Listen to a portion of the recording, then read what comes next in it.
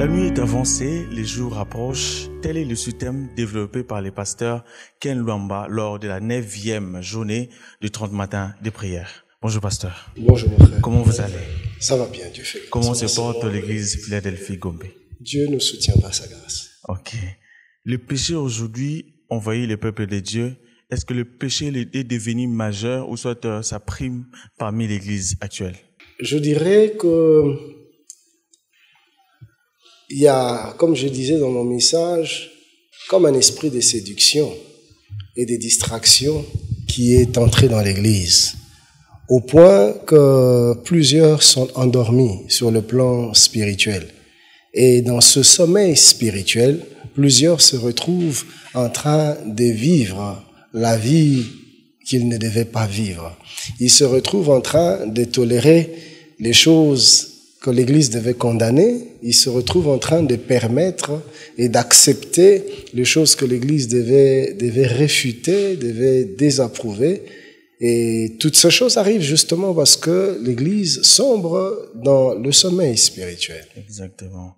Alors, quel est le plus grand danger dans lequel l'Église sombre actuellement parmi plusieurs cités ce matin? J'ai cité le mélange, j'ai cité le conformisme et autres. Je voudrais prendre tout simplement le conformisme, parce que le conformisme, d'une manière générale, peut renfermer tous les autres éléments que je donnais. Le conformisme, c'est quoi? Le conformisme, c'est le fait de vivre comme le monde, de se conformer à la mondanité. Et la mondanité s'est infiltrée aujourd'hui dans l'Église, au point qu'il arrive de fois, on se pose la question de savoir, suis-je dans la maison de Dieu ou suis-je dans le monde? Des choses qui devaient être dans le monde, qui se retrouvent dans la maison de Dieu, et ça s'est normalisé à un point où plus personne ne déplore, plus personne n'inquiète, des choses anormales qui deviennent normales et naturelles, même dans la maison de Dieu, et même au plus haut niveau de la foi, c'est-à-dire même dans le sacerdoce. Il y a des choses inimaginables qui sont acceptées, tolérées, banalisées, même parmi les serviteurs et servantes de Dieu. Et cela veut dire qu'on peut parler évidemment de l'hypocrisie dans l'Église. Bien entendu, le conformisme au monde, le sommeil spirituel nous amène tout droit dans l'hypocrisie. Et même que les gens sont dans une double vie, hein. Il y a des choses qu'ils font à l'église, il y a des choses graves qu'ils ne peuvent pas faire à l'église, mais qu'ils font ailleurs. Et à l'église, les gens donnent l'impression d'être saints, mais quand vous les retrouvez dans leur milieu naturel, vous avez du mal à les reconnaître. Pourquoi? Parce que plusieurs ont perdu totalement et complètement leur identité et vivent comme de mondains, bien que chrétiens. Exactement.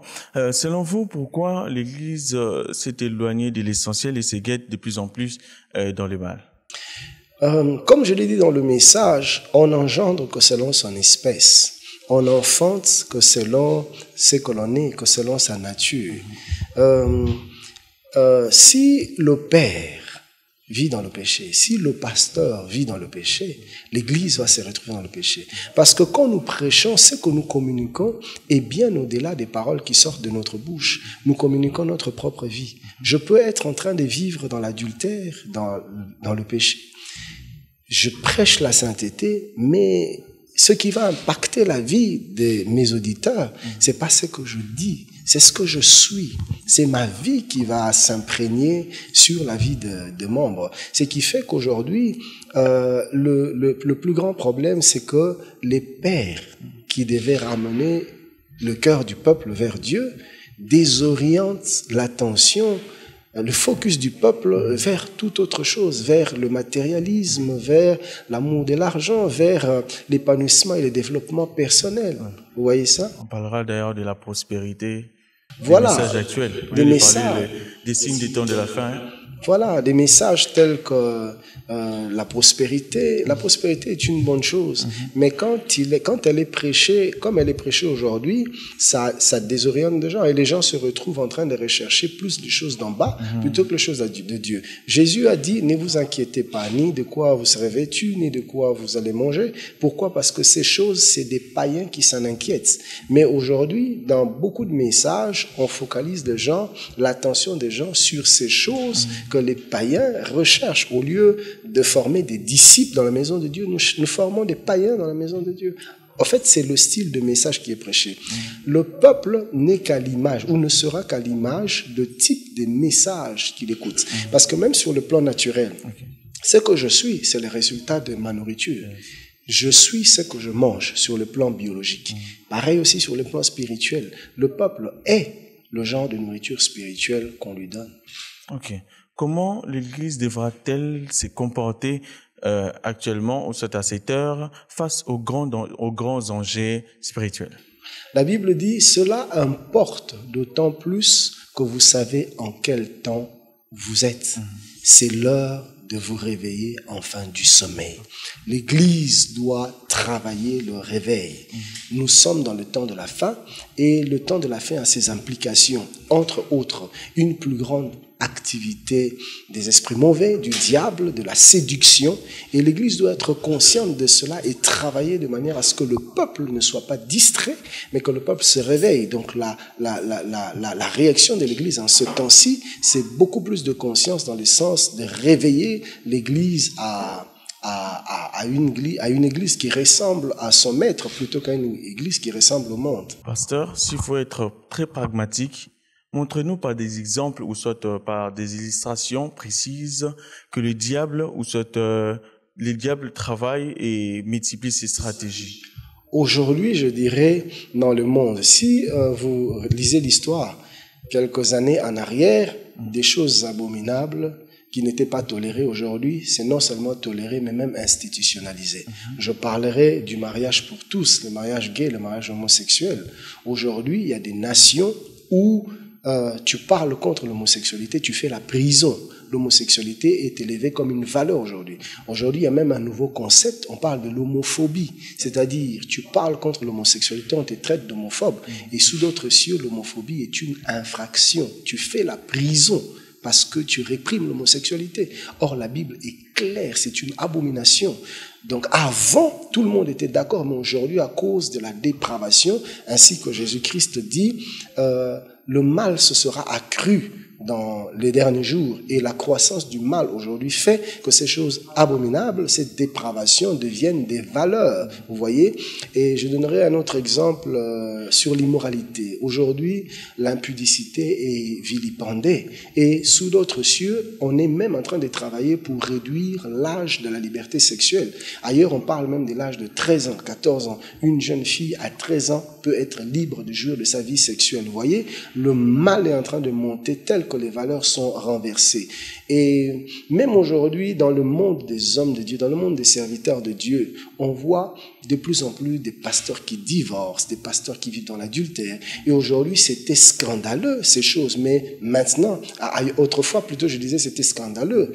Mais aujourd'hui, nous voyons des adultères, des divorcés continuer à faire le ministère. Et regardez leurs églises, il y a des milliers de gens qui viennent. Mais on est aveuglé à un point inimaginable. Comment puis-je prêter mes oreilles à un pasteur adultère, à un pasteur qui vit dans le péché, tout en étant conscient qu'il vit dans le péché? Cela ne veut montrer rien d'autre que la vie que je mène moi-même.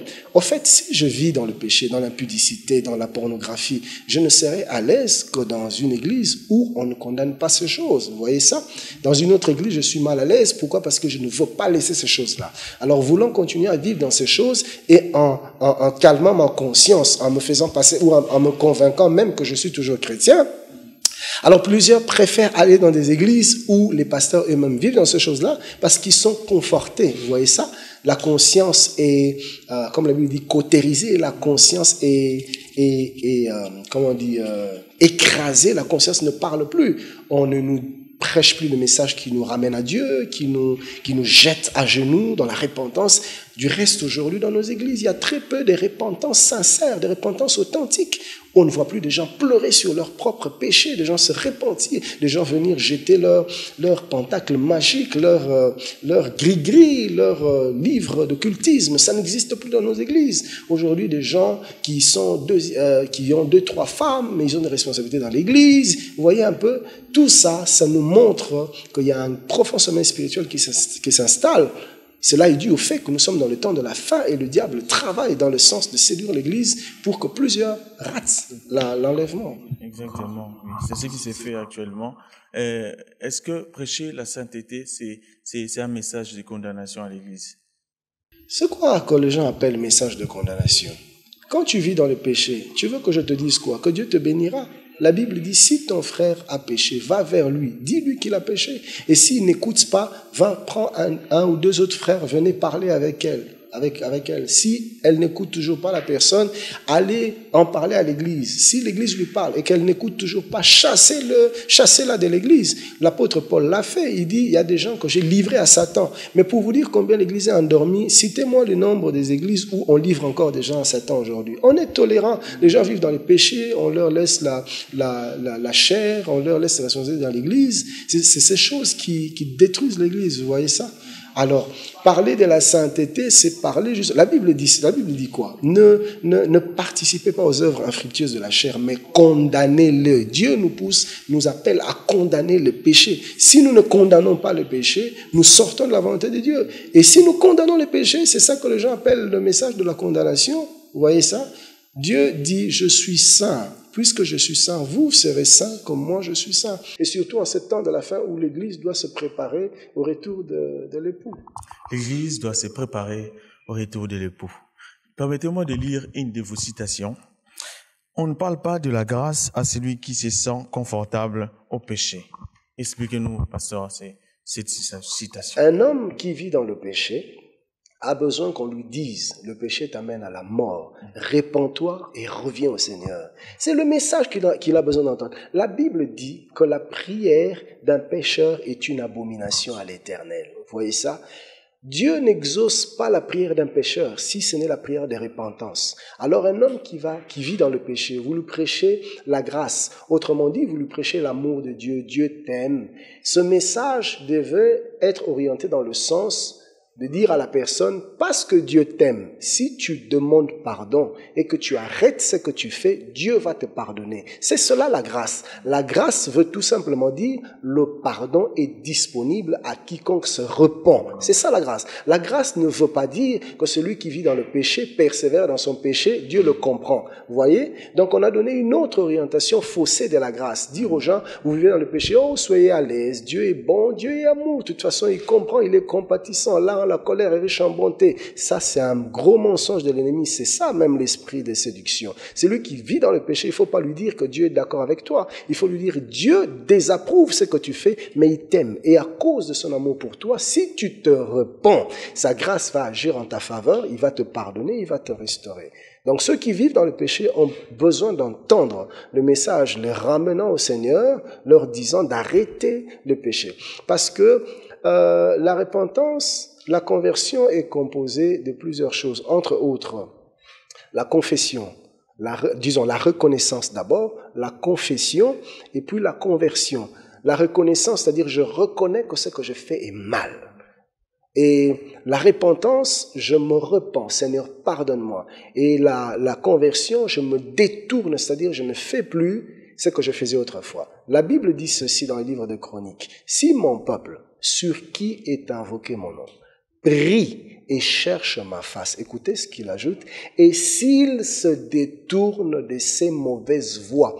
Il n'y a pas que prier, il n'y a pas que chercher ma face, mais il y a aussi s'il se retourne, si conditionnel, il se détourne de ses mauvaises voies, je lui pardonnerai son péché et je guérirai son pays. Vous voyez ça?